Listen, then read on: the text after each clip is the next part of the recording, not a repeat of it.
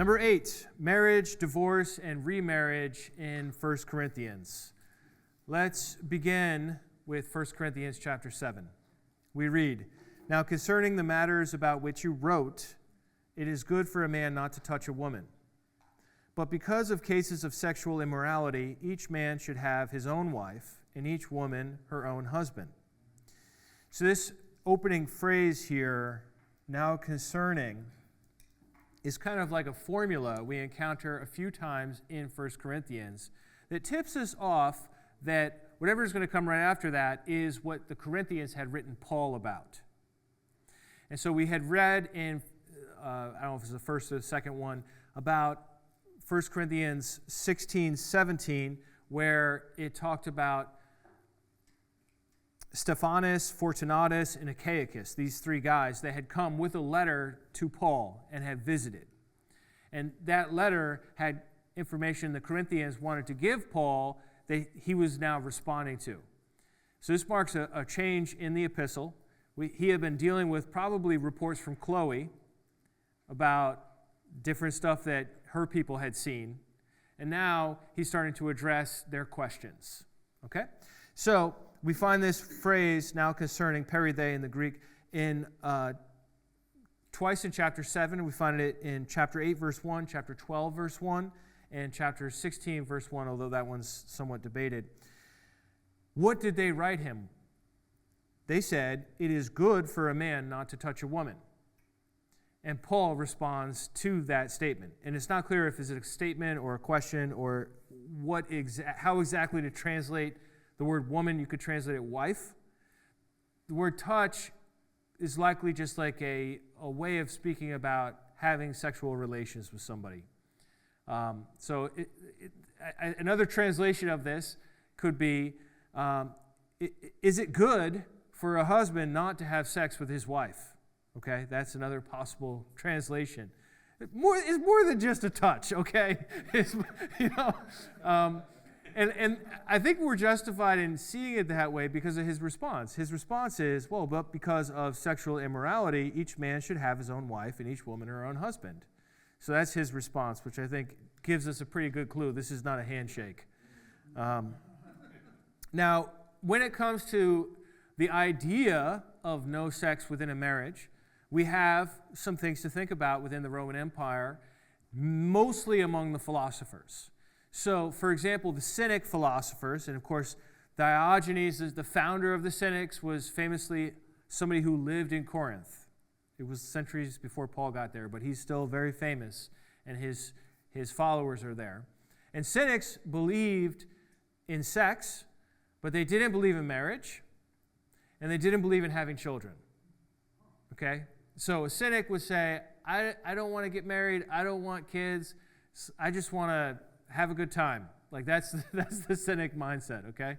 The Stoic would say, I believe in marriage, I believe in kids, I believe that marriage is good, I believe that kids are good, and that it's a good part of society, but you shouldn't really have sex unless you're procreating, unless you're trying to have a kid. That's a Stoic. It's a non-Christian Greek philosophy. It enters Christianity later, but that's another story for another day. Musonius Rufus, who is writing or lecturing about the same time Paul is writing to the Corinthians, just a couple of years right after that, he says the following: "Men who are neither licentious nor wicked must consider only those sexual acts which occur in marriage and which are carried out for the creation of children to be right. Since these acts are also lawful, but they must consider acts that chase after mere pleasure, even if they occur in marriage, as wrong and unlawful." So that's an attitude that we find among the philosophers. Plato and Aristotle kind of look down on bodily pleasures like eating and drinking and sex, or sometimes they even talk about like wearing a soft robe, and they're like, you're really kind of a wuss. You need to wear like coarse clothing. That's this idea of asceticism. Training yourself is from the Greek word askesis. It means training. You're supposed to train yourself through hardship. And the Cynics were into it, the Stoics were into it, and maybe not the Epicureans so much, but Epicurus himself was into this idea of training. And so this was something that also infiltrated some of the doctors. So, for example, the most famous doctor is called Hippocrates. You heard of the Hippocratic Oath, where you do no harm. This is a couple centuries before Christ. And then you have Galen, which is a couple centuries after Christ, and they both agreed that too much sex for men is bad because it reduces their vitality. And they had their theories, which have now all been disproved, about why they thought the body worked a certain way with these humors and fluids and everything has to be in balance. And, they had a theory about how too much sex was actually weakening to a man. So there were some of these streams of thought in the ancient world. And guess what? In Corinth, you have some of these upper-class Christians who have been educated, maybe had a little bit of a philosophical bent. Paul had talked a lot about the wisdom of this age in philosophies. We had talked about this previously. So, maybe there were some in the church that were like, you know what, we shouldn't be having sex at all.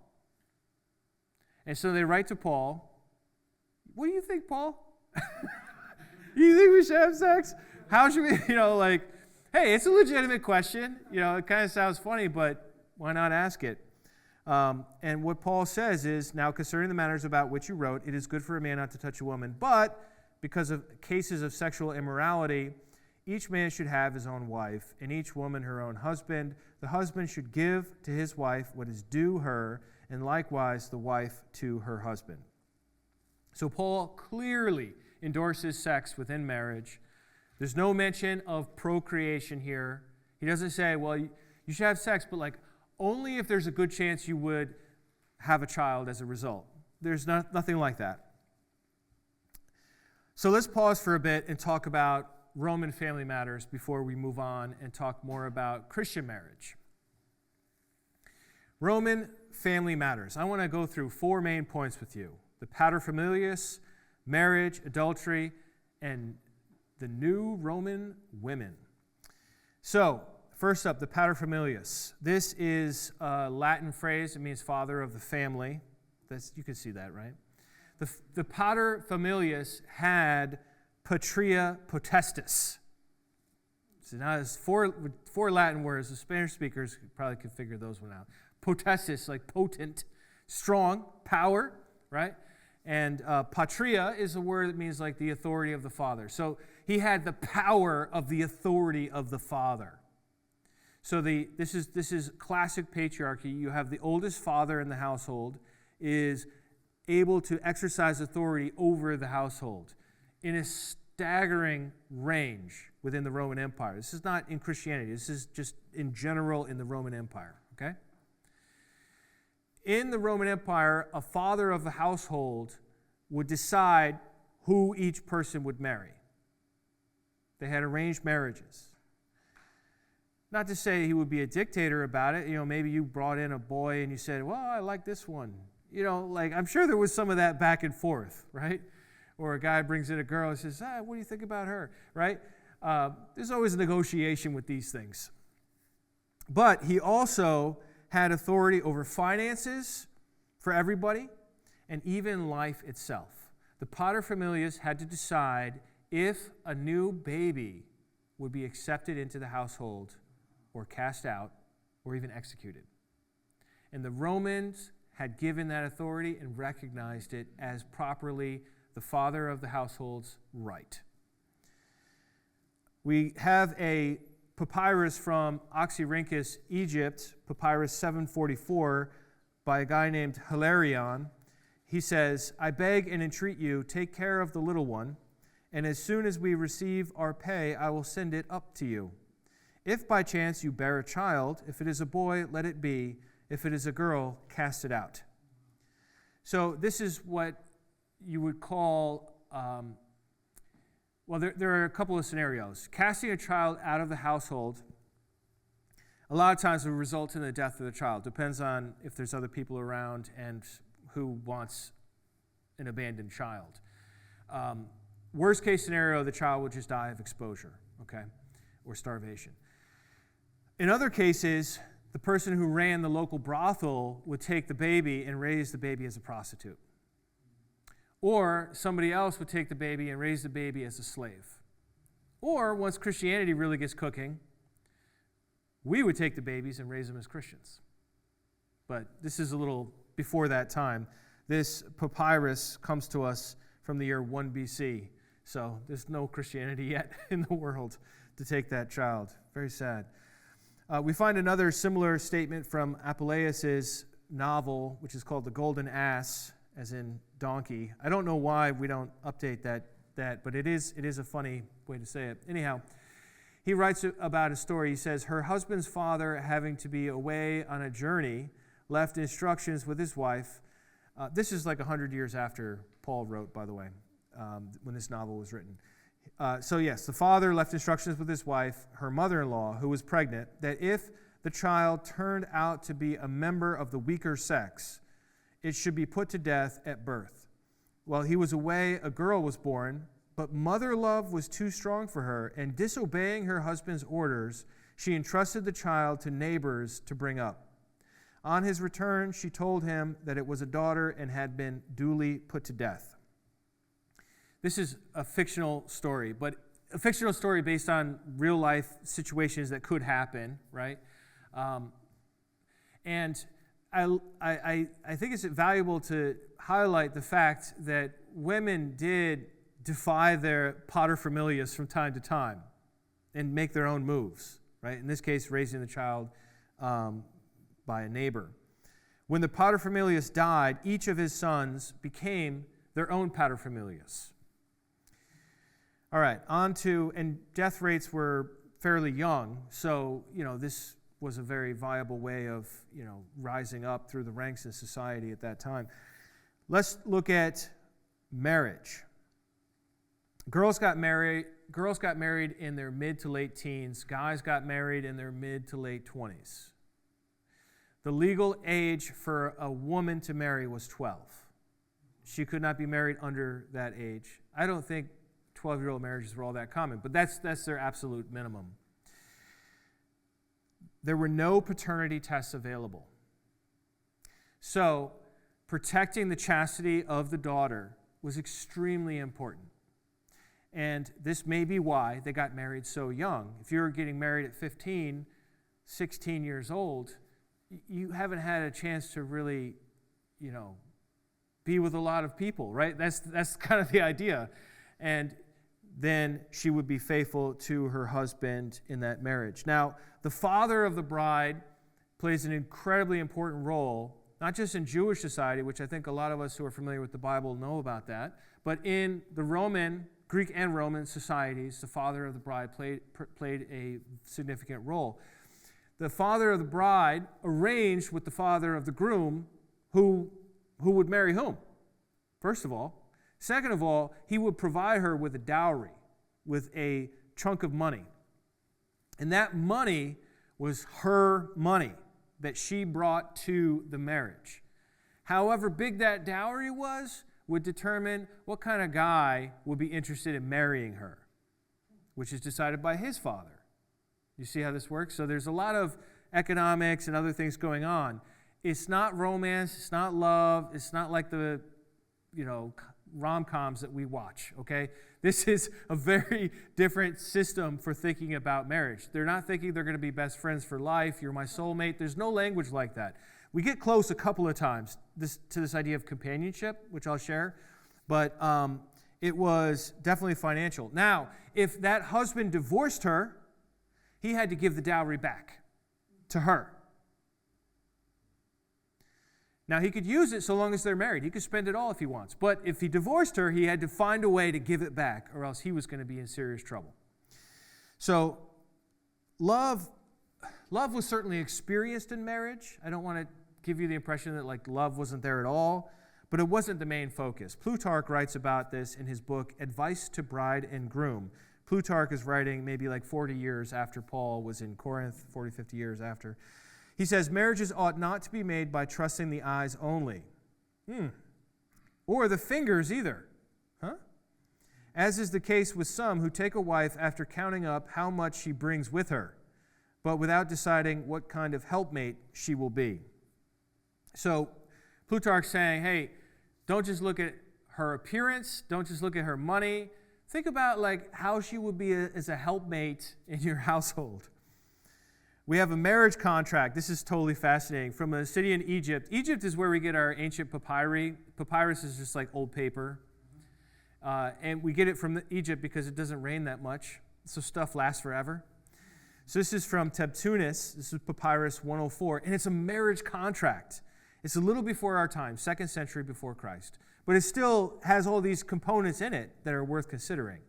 We read, Apollonia shall remain with Philiscus, obeying him as a wife should her husband, owning their property in common with him. Philiscus shall supply to Apollonia all necessaries and clothing and whatever is proper for a wedded wife, whether he is at home or abroad, so far as their property shall admit. It shall not be lawful for Philiscus to bring in any other wife, but Apollonia, nor to keep a concubine or a lover, nor to beget children by another woman in Apollonia's lifetime, nor to live in another house over which Apollonia is not mistress, nor to eject or insult or ill-treat her, nor to alienate any of their property to Apollonia's disadvantage. If he is shown to be doing any of these things, or does not supply her with necessaries and clothing and the rest, as has been said, Philiscus shall forfeit forthwith to Apollonia the dowry of 2 talents, 4,000 drachmae of copper. In the same way, it shall not be lawful for Apollonia to spend the night or day away from the house of Philiscus without Philiscus's consent, or to have intercourse with another man, or to ruin the common household, or to bring shame upon Philiscus in anything that causes a husband shame. If Apollonia wishes of her own will to separate from Philiscus, Philiscus shall repay her the bare dowry within 10 days from the day it is demanded back. That's a marriage contract. A couple of things missing that would be in our thinking today, like the love, cherish, like not even mentioned. But like the amount of money, that was surely mentioned. And you can see how the contract is written in such a way that it protects both from bad behavior of the other one, but certainly the woman in particular it protects. And that was the role of the father. The father would say, okay, this is how it's going to work, and they would sit down and they would hold the guy accountable. We don't have anything like this in most families today in America, so it takes a little explaining. Now, of course, still many people did experience love in marriage, even though the marriages were arranged. This is an epitaph for Claudia. I love this one. It's hysterical. So this is a memorial at a gravesite. Okay, so you're in a graveyard and you stop and you read this. It says, "Stranger, what I ask is but a little thing. Stand close and read carefully. This is the not so beautiful sepulcher of a beautiful woman. The name her parents gave her was Claudia. Her husband she cherished from the depths of her heart. She gave birth to 2 sons. One of these she left on the earth, the other she placed beneath the earth. She was possessed of charming speech, and moreover a pleasing gait. She maintained the household. She made wool. I have spoken. Go forward." So this dates to the year 100 to 76 BC, before Christ. And you can see this guy, he's kind of a wise guy, but at the same time, he really did love his wife. She was beautiful. She took care of the house. She made wool. She was a good woman. We have this other double funerary stele of Aurelius and Aurelia. Sometimes you have that where the guy name and the girl name is almost the same, right? Sometimes it is the same. But this is Aurelius and Aurelia. The left side reads, I'm just translating to English here, Lucius Aurelius Hermia, freedman of Lucius, a butcher from the Viminal Hill. So the guy was a butcher. She who was gone before me by reason of fate, with chaste body, a unique spouse, loving, she was possessed of my heart. She lived faithful to a faithful husband with equal application, when in no bitterness she departed from her duty. Then on the right side we read, Aurelia Philomatio, freedwoman of Lucius. While I lived, I was named Aurelia Philomantium, chaste, modest, ignorant of the crowd, faithful to my husband, a husband whom I am without.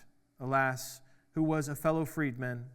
He was to me, in fact and in truth, more than and beyond a parent. He took me to his bosom at the age of 7 years. At the age of 40 years, I am in the hands of death. He prospered in the eyes of all due to my constant dutifulness. So the likely scenario for this is that Aurelius, the guy, was a slave. He won his freedom in some way, was able to either buy it or was set free for good service, and did well enough for himself that he got his own slaves, one of which was this 7-year-old girl that he took into his house and, essentially looked after her in the process of running the household, and then freed her and married her. So that's probably what's going on here. Here's another one. Musonius Rufus writes, in marriage, and this guy is the no sex unless you're trying to have kids guy. So he's pretty strict. This is what he says. In marriage, there must be above all companionship and care of husband and wife for each other, both in sickness and in health, and on every occasion. Such a marriage is admirable, and deserves emulation. Such a partnership is beautiful. So he had kind of a nice way of thinking about it. Plutarch is even better. He says, it is a lovely thing for the wife to sympathize with her husband's concerns, and the husband with the wife's, so that as ropes, by being intertwined, get strength from each other. Thus, by the due contribution of goodwill and corresponding measure by each member, the co-partnership may be preserved through the joint action of both. Such a co-partnership in property as well is especially befitting married people. So share your money is what he's saying. Who should pour all their resources into a common fund and combine them, and each should not regard one part as his own and another part as the other's. So these are the ideals. The ideals are that you would grow in affection, that there would be love within the relationship, but that was not the primary motivation for getting married. It had to do with increasing your family status, and if you're a man, it had to do with finding a woman with a good dowry to bring into your household. And then that was something that her father would control to find her a good husband, right? So that's how the whole system worked. However, adultery was a problem. Actually, I should rephrase that. They didn't think adultery was a problem, which I think is a problem. At least not for the men. Plutarch writes about this and he's literally writing a book of advice to a bride and a groom. He's writing about the year 90. He says, the lawful wives of the Persian kings sit beside them at dinner and eat with them. Well, that's nice, Plutarch. Thanks for telling us that. But when the kings wish to be merry and get drunk, they send their wives away and send for the music girls and concubines. Okay, that's an interesting story about the Persians, Plutarch. We're all Romans here. Why are you telling us about Persians? So what he says next is, insofar as they are right in what they do, because they do not concede any share in their licentiousness and debauchery to their wedded wives. If, therefore, a man in private life who is incontinent and dissolute in regard to his pleasures commits some peccadillo with a paramour, that means a lover, right? A paramour or a maidservant, his wedded wife ought not to be indignant or angry, but she should reason that it is respect for her which leads him to share his debauchery, licentiousness, and wantonness with another woman. See, it's fine. Guys can cheat all they want. The woman should just realize that, whatever he's doing with them is probably some terrible party animal, debauched thing. So it's respect for her that he's cheating on her. It's just ridiculous, right? This is a serious moralist. He is somebody that's an expert on morals in the Roman Empire. But he says to the husbands, he says, don't flaunt it in front of your wife. And he has this thing about perfume and cats. Let me read it to you. This is fascinating. He says the following, they say that the cat is excited to frenzy by the odor of perfumes. Now, inasmuch as women are affected in this way, not by their husbands using perfume, but by their having connection with other women, it is unfair to pain and disturb them so much for the sake of a trivial pleasure, and to be pure and clean from all connection with others when they approach their wives. Did you catch what he's saying there? He's saying don't have another woman's perfume on you when you are with your wife, because it's going to drive her nuts, like this cat myth they had that cats go crazy if they smell a lot of perfumes. He's like, you don't want your wife going nuts like the cat.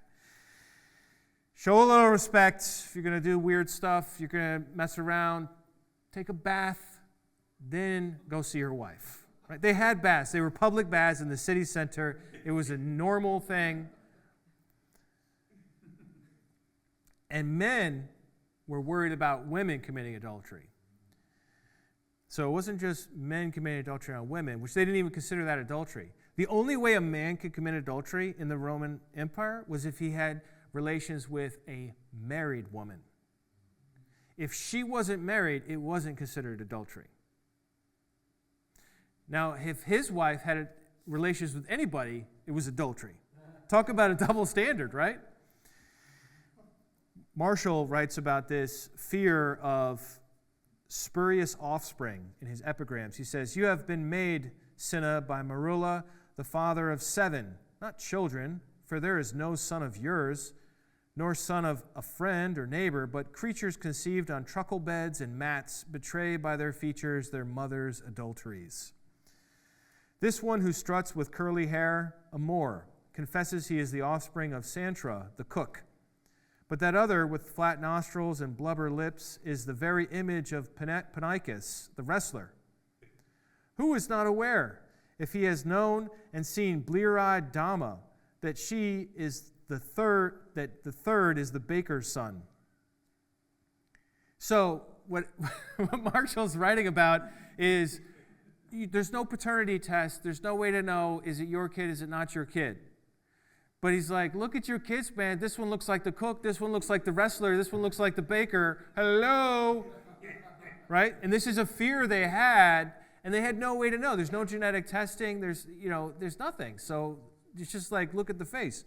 Juvenal writes about this. He says, marry a wife, she'll make some smart guitarist or flute player a father, not you.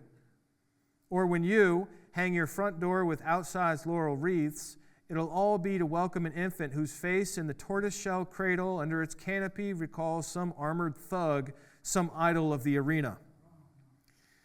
So this was a concern. Now, in olden times, if a husband came upon his wife committing adultery, he was authorized to kill both of them, his wife and the other one.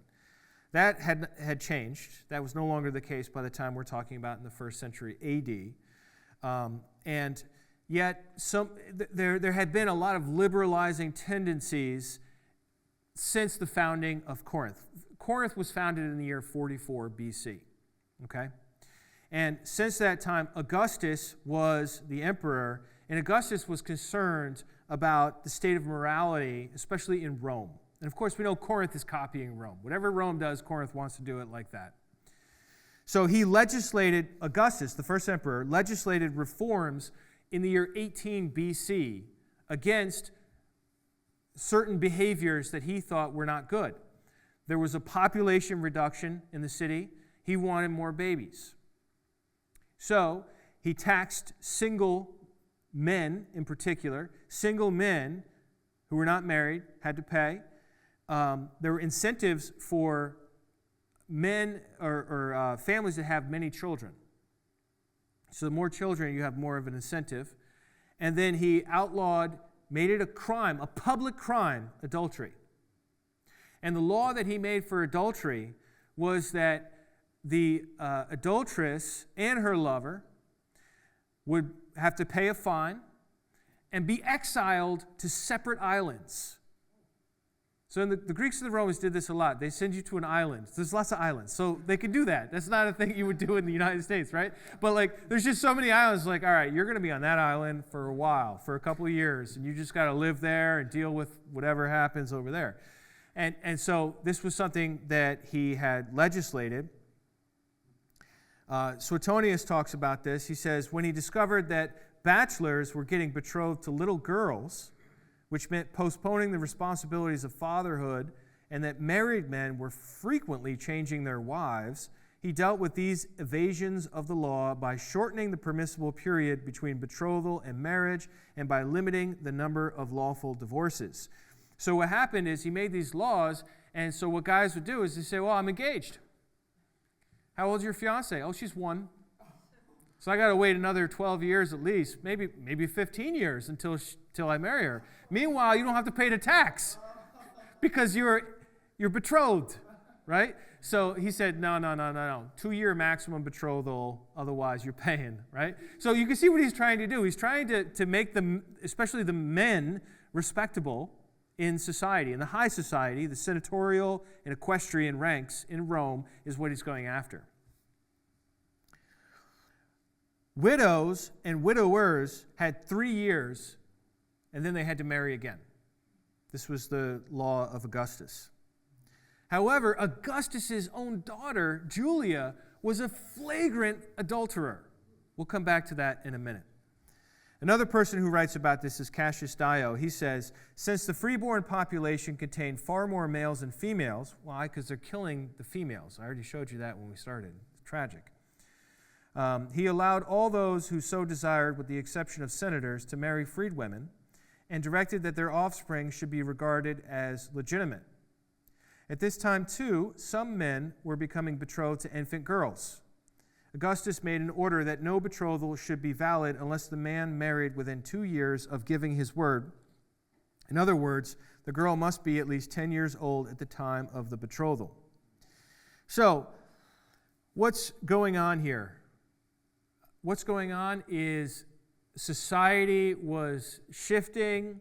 People were prioritizing new things now that we have a Roman Empire. And so Augustus makes these laws to deal with it.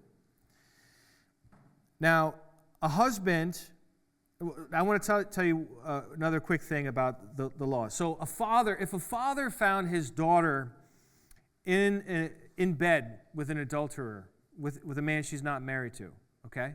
He was authorized by Roman law to kill both of them.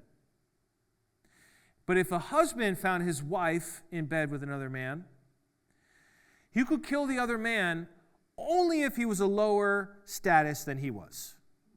And he could not kill the wife no matter what. He had to divorce her, or else he was going to be prosecuted. That was the law that Augustus set up. He was trying to fight immorality that was rampant in Rome. And that's how he decided to do it. So what was going on? The new Roman women. That's what was going on.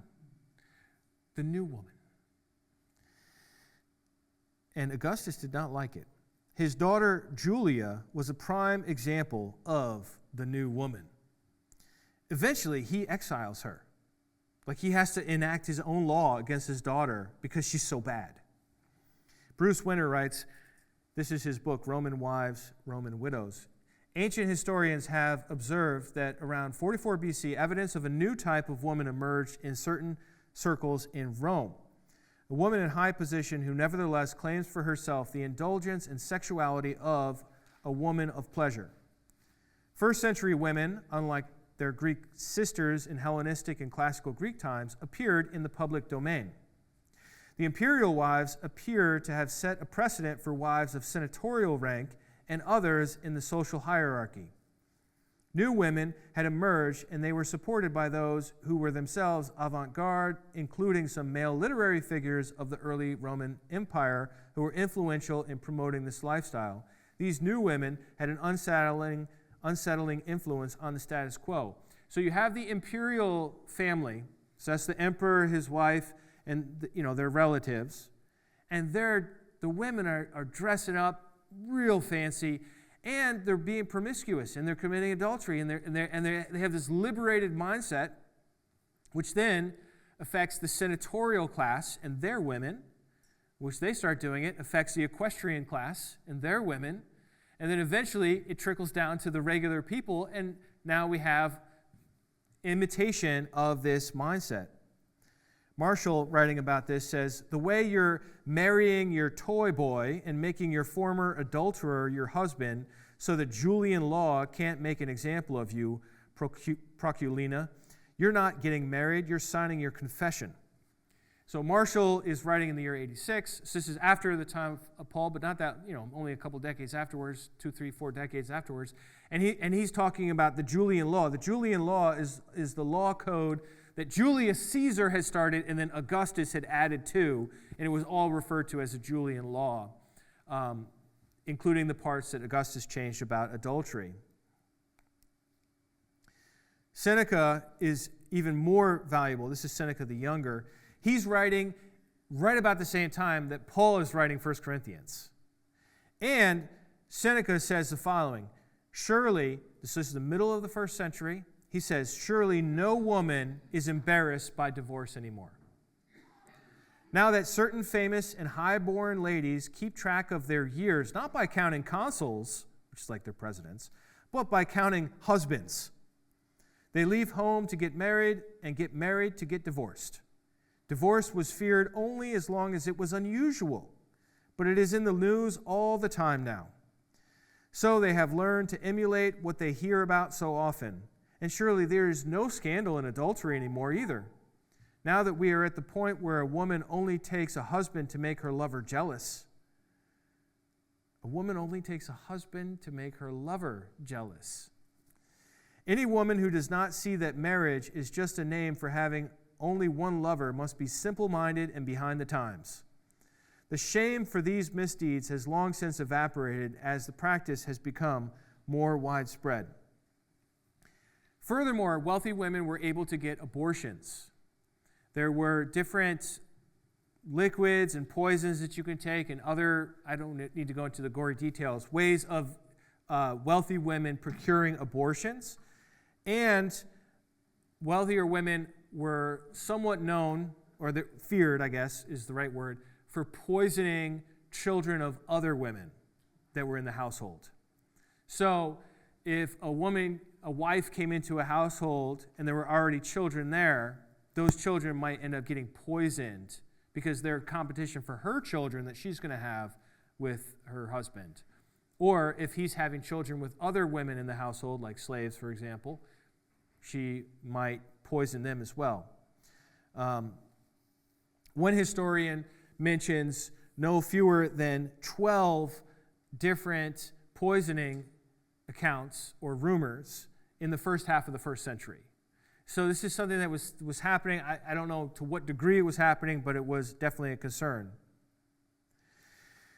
Much like our sexual revolution in the 1960s, the Roman sexual revolution of the 1st century before Christ and the 1st century of Christianity, right? That period right there, basically decided that women should behave like badly behaved men rather than having men behave like well-behaved women. Does that communicate?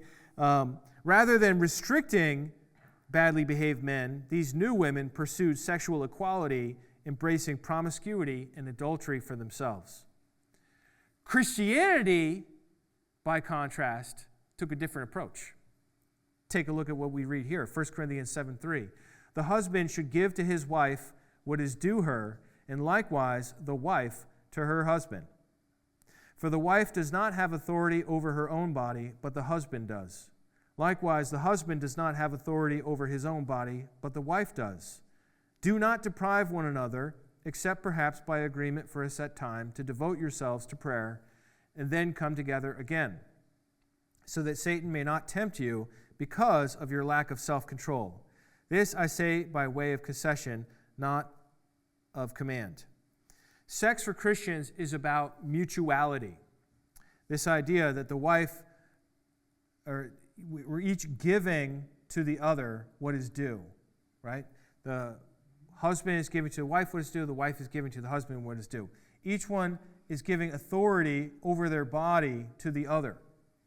That's what I mean by mutuality. There's an equality and a mutuality within Christian marriage. The wife is faithful to the husband. No big surprise there. And the husband is faithful to the wife. Pfft, mind blown. Like, that's the point where in Corinth they're just like, come again? The contrast this, what was going on in the world around them. Like I mentioned, Augustus' daughter Julia was very badly behaved. She was known to have affairs with 4 men, apart from her husband, at which point Augustus himself had to exile her to an island in accordance with the new law he passed about exiling adulterers to islands. He had to do it to his own daughter. That was old news by the time we're talking about. By the time we're talking about, the emperor in charge was Claudius. Claudius Caesar had 4 wives, one after the other. And 2 or 3, at least 2 of his wives were well known, or at least rumored to be adulterers themselves. And that was his stated reason for divorcing them and remarrying. And then his last wife was accused of not only adultery, but also murder and incest with her own son, who was the next Roman Emperor, Nero. Okay, so we don't need to get into all that. But, just chaos, moral chaos at the highest level. People are seeing that, and they're like, all right, so how do I do this? I'm going to cheat over here, I'm going to cheat over there. I don't know if I can afford this or afford that, but we're going to, and Paul's saying, no, mutuality, this is your sexual outlet, women, it's your husband. This is your sexual outlet, men, it's your wife. That was a strong, revolutionary, unusual ethic. Not unusual to the Jewish people, but within the Roman world, this Christian idea, which obviously came from Judaism, was strong, and it was really interesting. In the sexual act, they were mutually authoritative. The wife had authority over the husband's body. Nobody talked like that. The part before that where it says, for the wife does not have, and I think that's why I put it first, for the wife does not have authority over her own body, but the husband does. People today are like aghast. They're like, I can't believe you said that. But ancient people would be like, yeah, of course, right? But then the second half where he says, likewise, the husband does not have authority over his own body, everyone in the audience would be like, what? How can you say that? You're going to give the wife authority over my body? Yeah. That's this vision of Christian mutuality within marriage. Nancy Pearcey writes about this. She says, in this historical context, the Christian view of marriage was nothing short of revolutionary. At its core was a new form of sexual equality. To the shock of the ancient world, both sexes were held to the same moral standard. Christianity condemned promiscuity among men as well as women. It stood out as radically different because it taught that a husband actually wrongs his wife by committing adultery. Jesus said, anyone who divorces his wife and marries another woman commits adultery against her, Mark 10:11. Such even-handed treatment was genuinely novel. So you had 2 choices for equality. You could either have the women practice adultery just like the men, or you could tell the men and the women, no adultery, be committed to each other. And that's what Christianity did. Now, as I mentioned, we had the same thing in the 1960s in the United States of America, where women were liberated in this what we call the sexual revolution. If you're curious about that, I read an interesting book by Louise Perry called The Case Against the Sexual Revolution, where, and she's not a Christian, so keep that in mind, where what she does is she explains how harmful it has been to women to behave like men. The Christian ideal remains as relevant today as ever, is what I'm trying to say. Like it's not regressive. It's not old-fashioned. I mean, maybe it's old-fashioned too, but like it's not. It's good. It works. Like it's God's design. He didn't make Adam and then Eve and Bethany and Susan in the Garden of Eden. He didn't use Adam and Eve. You know what I mean? Like that's how the biblical pattern was set up. Right? And it wasn't like Eve and Adam and Tom, like it was one and one. He took one person and made that one person into 2 people. And then in marriage, the 2 become one flesh again. Isn't that beautiful? That's the vision of Genesis. This is, now I do want to mention something about domestic abuse. just as we're winding down here. This is when a husband physically harms his wife. This is a horrible sin because it violates the mutuality that we see here in the Bible. If a woman is giving authority over her body to a man, and a man is physically harming her, we have a violation of the trust. And that's, I think, why it's such a deep sin within marriage itself.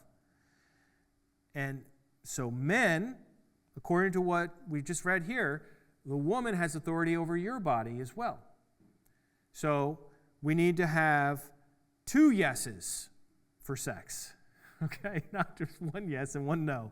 2 yeses for sex. And a guy might say, yeah, but isn't she supposed to not deprive me? Yep.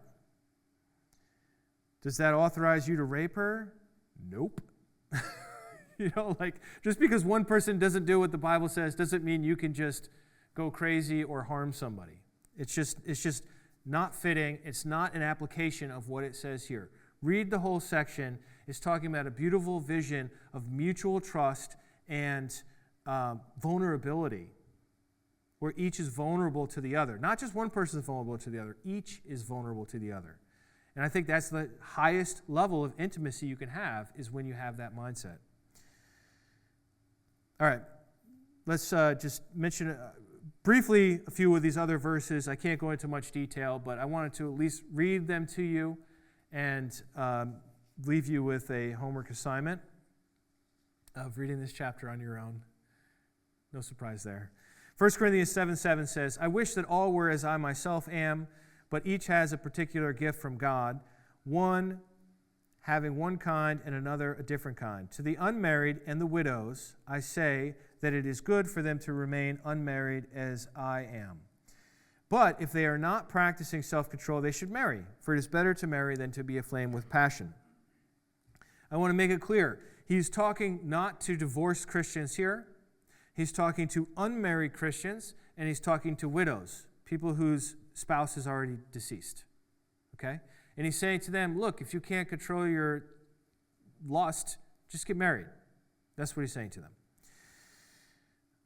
Now, when it comes to those who have been married, we get the next section here, verse 10.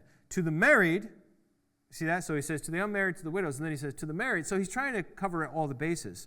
To the married, I give this command, not I, but the Lord, that's Jesus, that the wife should not separate from her husband.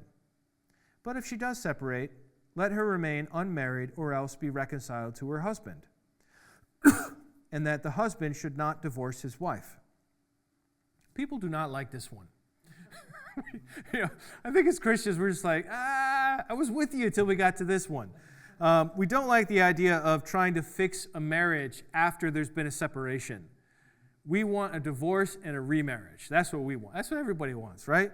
But that's not what it says. What do you want me to do? I can't change it. It says what it says. It says, if you're married, and this is, I think in a Christian sense, you're married to a Christian, then if you want to separate, you can separate, but then you should work it out. You should get back together.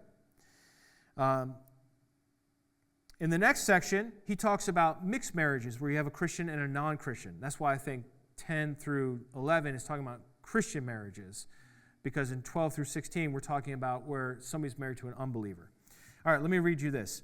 Verse 12, to the rest I say, I and not the Lord, that if any brother has a wife who is an unbeliever, and she consents to live with him, he should not divorce her. And if any woman has a husband who is an unbeliever and he consents to live with her, she should not divorce the husband.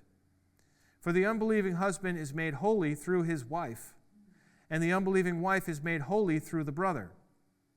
Otherwise your children would be unclean, but as it is, they are holy. But if the unbelieving partner separates, let it be so. In such a case, the brother or sister is not bound. It is to peace that God has called us. Wife, for all you know, you might save your husband. Husband, for all you know, you might save your wife. So this is talking about where you have two pagans that are married to each other. What I mean is by pagan is people that worship the Roman gods. They're married to each other. One now becomes a Christian. This was a very relevant issue in the church that Paul's writing to. A lot of times you just had one was a Christian and one wasn't. So what would a woman be responsible for in the household? I just want to cover this briefly. There was Vesta.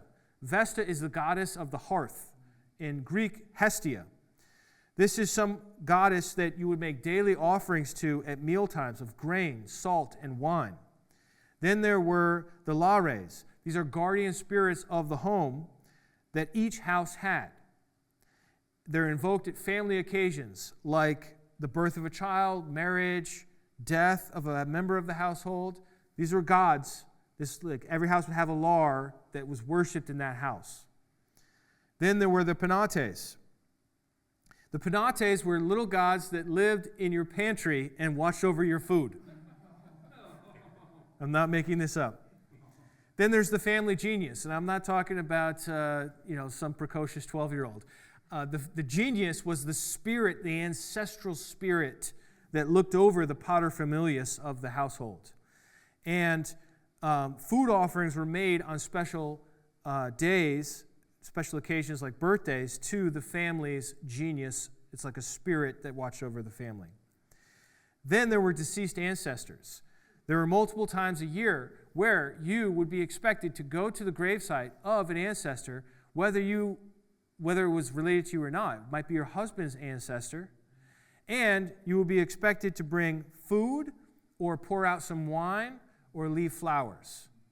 And this is where the custom of leaving flowers at grave sites originated from, was to honor the deceased ancestors, presumably so they don't mess with you. Like most of ancient worship has to do with doing what they want so that you don't have bad things happen to you. It's not a love relationship like in Christianity. Then houses also had other gods. They had paintings of gods. We see those all throughout Ephesus and Pompeii. They had mosaics in the floor of gods. We have even an example of this from Corinth that has survived.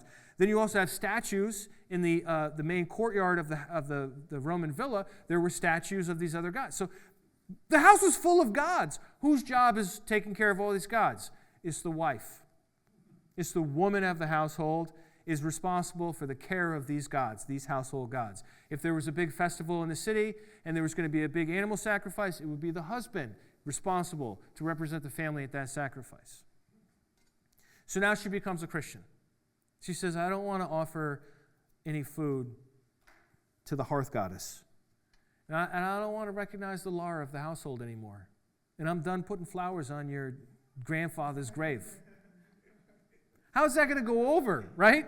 Or let's reverse it. Let's say the woman is still a pagan, but the man becomes a Christian, and he's like, we're just not going to do any of that stuff anymore. And she's a good pagan, grown up from cradle, like always making these offerings on the daily and recognizing the gods and saying the right things at the right time. And she's like, this is a bridge too far, man. I can't go with you in this. And they would get separated. They would get divorced. Paul's saying in those cases, if I can get back to that,